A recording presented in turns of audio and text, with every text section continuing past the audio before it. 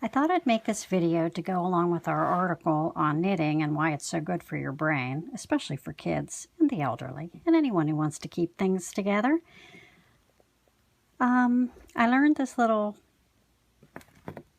rhyme that helps people learn the 4 steps of knitting when I decided to teach knitting to kids a few years ago. And it really is helpful in remembering the steps.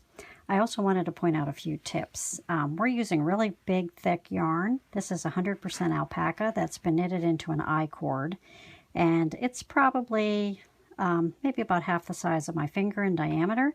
And I'm using really big needles because when you first start to knit, it does help to have bigger needles. Now, you don't have to go this big. These are size 18, but this is just so that you can see what I'm doing.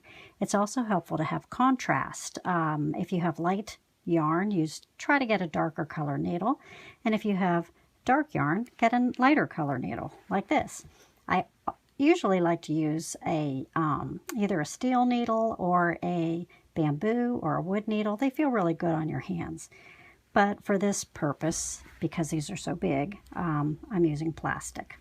So anyway, let's do this rhyme. There are 4 steps to knitting, and here they are. So you're going to insert the needle in here, and the rhyme goes, in through the front door, that's step 1.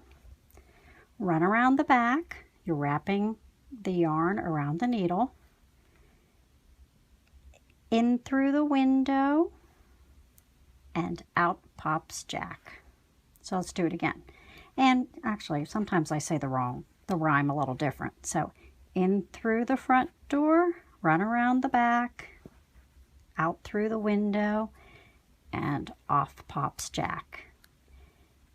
In through the front door, run around the back,